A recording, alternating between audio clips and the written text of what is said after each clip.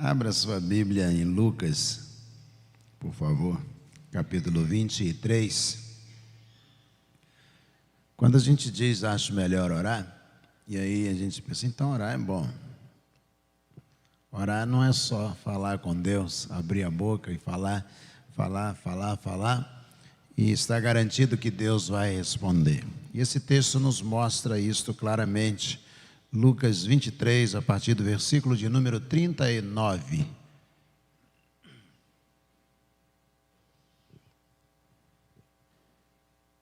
Um dos malfeitores crucificados blasfemava contra Jesus, dizendo: você não é o Cristo? Salve a si mesmo e a nós também. Porém, o outro malfeitor o repreendeu, dizendo: você nem ao menos teme a Deus, estando sob igual sentença? A nossa punição é justa, porque estamos recebendo o castigo que os nossos atos merecem. Mas este não fez mal algum. E acrescentou: Jesus, lembre-se de mim quando você vier no seu reino. Jesus lhe respondeu: em verdade lhe digo que hoje você estará comigo no paraíso. Vamos orar? Senhor, muito obrigado a Deus por mais um dia de vida, pela oportunidade de ver o sol raiar mais uma vez. Obrigado a Deus pela oportunidade de sair de casa mais uma vez, vir à igreja, ó Deus, e andar pelas ruas dessa cidade. Obrigado a Deus por esse privilégio que o Senhor tem nos concedido, tempo após tempo, e nós nesta hora, Deus, quando estamos indo para as últimas horas deste dia, queremos pedir, ó Deus, que Tu venhas falar ao nosso coração. Manifesta o Teu querer a cada um de nós, é a nossa oração em nome de Jesus, o nosso Senhor. Amém. Amém. Nós temos situações aqui que precisam ser observadas. Se você olhar para esse texto cuidadosamente, você vai perceber que Jesus está provavelmente equidistante, ou seja, a mesma distância dos dois homens. Ele está no centro e há duas pessoas, dois homens crucificados, um à sua direita e outro à sua esquerda. Provavelmente eles estão à mesma distância. A crucificação era um ato regular, isso acontecia com frequência, principalmente quando havia uma insurreição. Roma imediatamente mandava crucificar. Esta era uma pena do Código Romano, não era uma pena do Código Judaico. Judeu, a execução judaica era por apedrejamento. Qualquer coisa que tivesse que executar alguém, ele colocava a pessoa deitada no chão e numa altura, no mínimo 2 vezes a altura do corpo daquela pessoa. Vamos supor que ele tivesse 1,60 m, pelo menos a 3,20 m de altura, pegava uma pedra grande que o executor aguentasse carregar, e ele ia àquela altura de pelo menos, imagine, 3,20 m, deitavam a pessoa, seguravam as mãos, os pés, o abdômen estendido e soltava a pedra sobre o abdômen. Aquela era a primeira pedra que Jesus se refere em Lucas capítulo 8, que aquele que não tem pecado, que atire a primeira pedra, ou seja, que vá carregar essa pedra e soltar. Essa pedra vinha, batia sobre o abdômen da pessoa, e aí então os demais com pedras nas mãos apedrejavam também. Este era um procedimento da execução judaica, quando alguém cometia algum erro, algum crime, entre aspas, que para os judeus havia pecado, para os romanos crime, e então teria que ser executado. Mas se a pena fosse aplicada pelos romanos, então a pena máxima seria a crucificação. E Flávio Josefo, historiador do século I, ele diz que houve dia em que não havia madeira suficiente para fazer cruzes para as pessoas que ainda estavam aguardando a execução. E elas eram crucificadas à beira do caminho para que quem passasse pudesse ver e servisse de exemplo. Jesus está ali crucificado, ele e mais 2. Então eles estão num momento extremamente difícil até para conversar, porque ninguém ia para a cruz e ficava batendo no interior. Eles levavam pelo menos 40 chicotadas para lanhar as costas do preso ou do réu que seria executado. Mas se ia crucificar no dia seguinte, pastor, para que ia bater tanto na noite anterior? Porque a tendência natural era que o executado pudesse apoiar as costas na cruz para que pudesse respirar. Ele ficava pendurado, não conseguia respirar, então apoiaria na cruz e conseguiria respirar. Lanhava as costas no dia anterior, exatamente que quando ele buscasse encostar as costas na cruz para respirar, ele iria sentir uma dor tão intensa que ele não conseguiria respirar. E os braços, a gente tradicionalmente vê que há pregos pregados, as mãos eram amarradas por cordas à cruz. Isso mesmo, porque se você bater o prego e pendurar, vaza e cai de cara, não é isso? Não ia parar uma pessoa na cruz, cairia com as mãos e os pés furados. Então as mãos eram amarradas por cordas e depois pregadas. Então havia cravos? Havia, mas as mãos ficavam amarradas.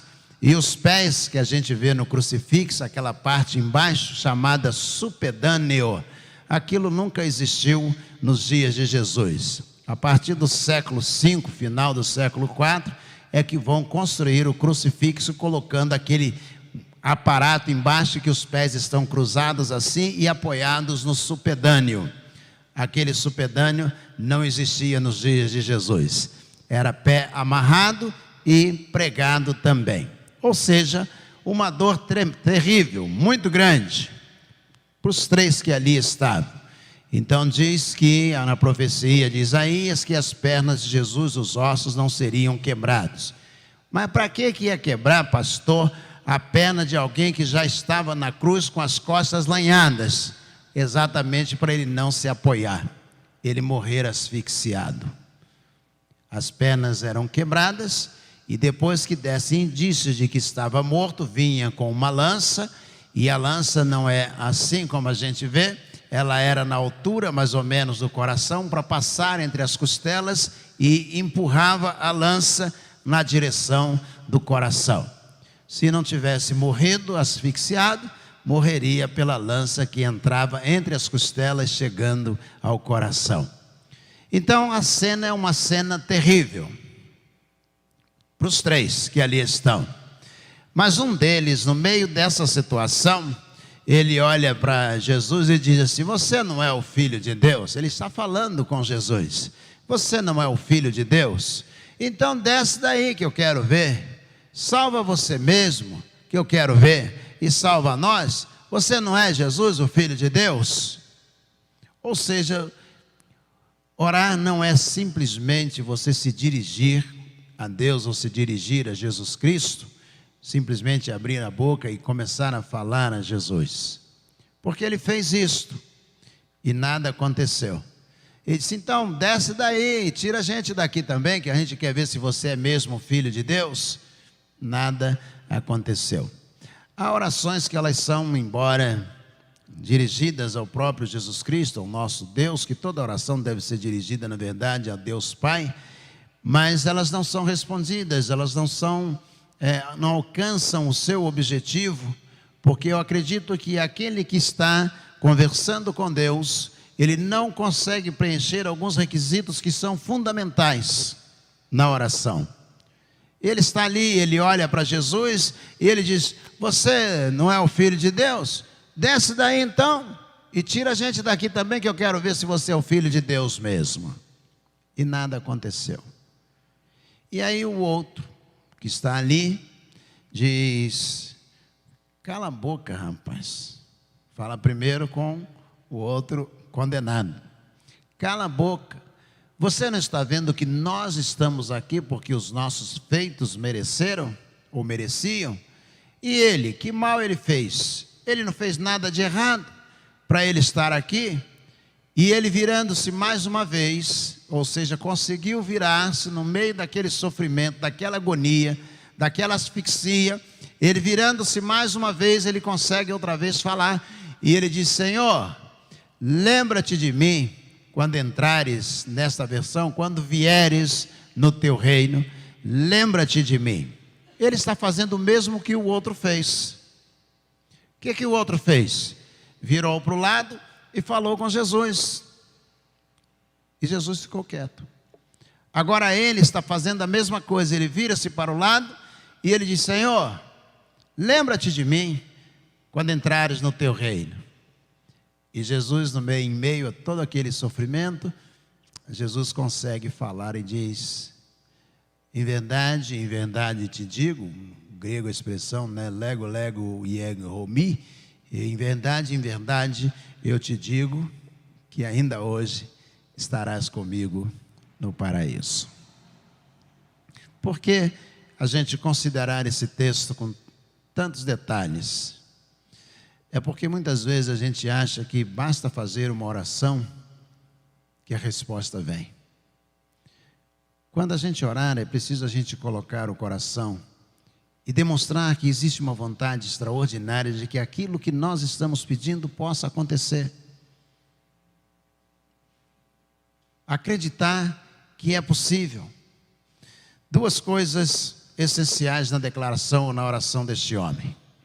Primeiro, ele diz: Senhor, ou seja, o reconhecimento de um senhorio, de que Jesus Cristo era o seu Senhor. Lembra-te de mim quando vieres ou quando entrares no teu reino. Segundo lugar, ele acreditava que Jesus tinha um reino. Quando a gente fala com Jesus, há inúmeros outros fatores, outros agentes que precisam ser observados por nós. Aquele que estava ali do lado disse: sim, você não é o Filho de Deus. A declaração é fantástica, só que ela é uma declaração de dúvida. Então desce daí, salva-te a ti mesmo e a nós, e nós creremos que tu és o Filho de Deus. Desce daí. Enquanto que o outro faz uma oração genuína: Senhor, lembra-te de mim quando entrares no teu reino. E ficou quieto. Jesus olhou para ele e disse: ainda hoje estarás comigo no paraíso. Quando você fizer uma oração, seja como este, por você mesmo, lembre-se disto. A oração requer sinceridade. Você transbordar, deixar Deus ver quem você é.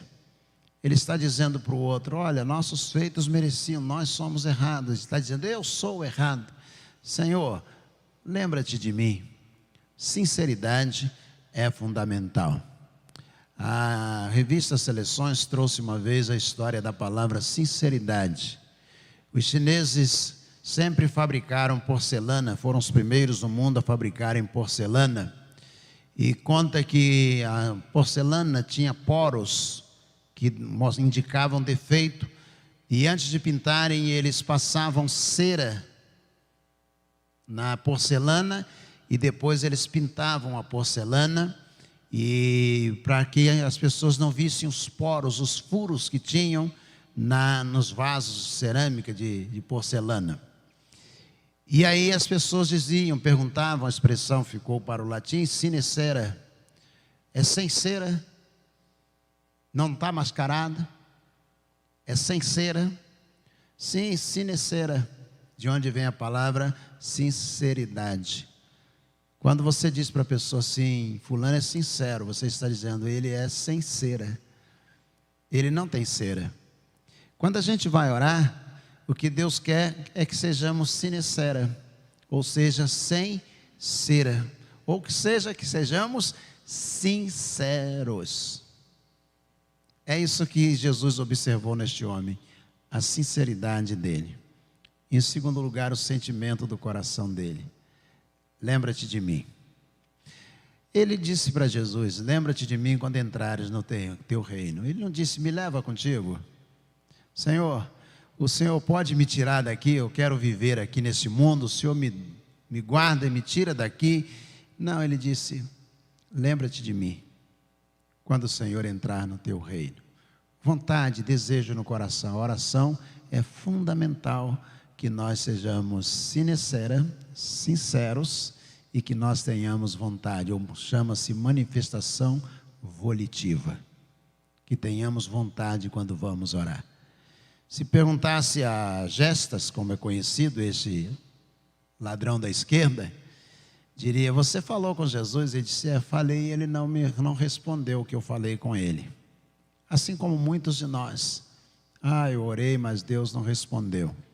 E se perguntássemos a Dimas, do outro lado, que está do outro lado, a tradição chama de Dimas, ele ia dizer assim: eu falei e ele me atendeu mais até do que eu pedi. Eu só pedi para ele lembrar de mim, ele disse que ia me levar para o reino dele no mesmo dia.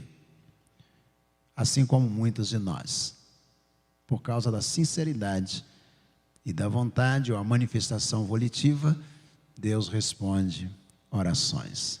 Que Deus possa responder a sua oração sincera e cheia de vontade. Amém?